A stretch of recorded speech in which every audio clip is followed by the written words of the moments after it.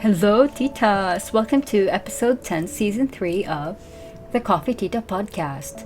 This is Esther, the Coffee Tita. So, first of all, I would like to thank you once again, Titas, for all the continued encouragements and support for the Coffee Tita initiative.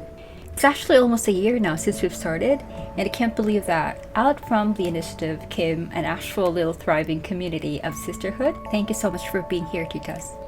So, last week's episode talked about how the gentlest lessons teach us the most. This week, we will be talking about scheduling or creating a net for catching days. So there is a quote by Annie Dillard. She said, "A schedule defends from chaos and whim. It is a net for catching days. A schedule is a mock-up of reason and order, willed, faked, and so brought into being." So I read somewhere about a theory that says that it's not so much all we actually have to do in a week that kills us. It's thinking about all we have to do. So when we think about the things that we have to do, we find that we think it's all easy, that we actually don't need to write it down, that we can just spontaneously go with the flow. But the thing is, our memory can sometimes not be that dependable.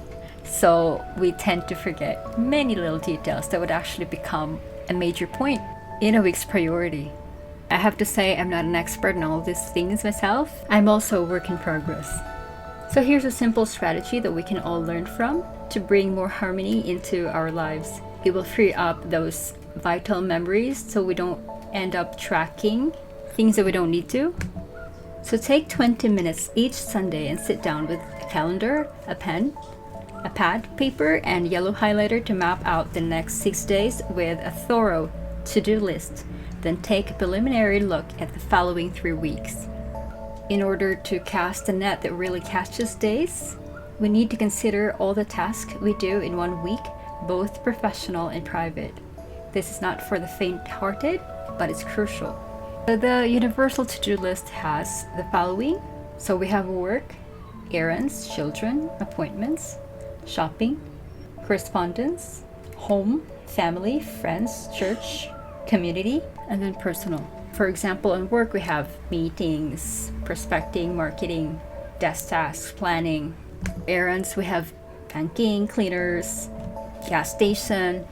Children we have school, health, lessons, sports. After doing each of those categories, it would seem that there would be no time left for the last and most important category, personal. Well, the way to solve this dilemma is to move personal from last to first, making it a top priority as you plan. Start by taking your yellow marker and blocking out an hour each day on the calendar. On your list, write out initials 6 times as a subliminal code for self-nurturance. First, the beauty of this is that once a task is committed to a list, whether it be errands or personal, you don't have to give it another conscious thought because the left side of your brain, the location of logic, loves lists. It goes on automatic pilot when making lists, sorting and shifting until a schedule appears that can accommodate everything.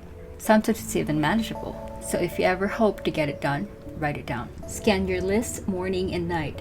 When you've completed a task, ceremoniously cross it off with a red marker. I prefer a red marker because it imparts a great sense of satisfaction to see the list fill up in red during the week. If you feel you spend too many days accomplishing little or nothing, keep a what I've done list for a week. You may discover that you do a lot more than you realize or give yourself credit for. You'll probably discover also that golden moments were unconsciously squandered because there was no net to catch them. Writer Annie Dillard believes how we spend our days is, of course, how we spend our lives. And we all know truth when we hear it.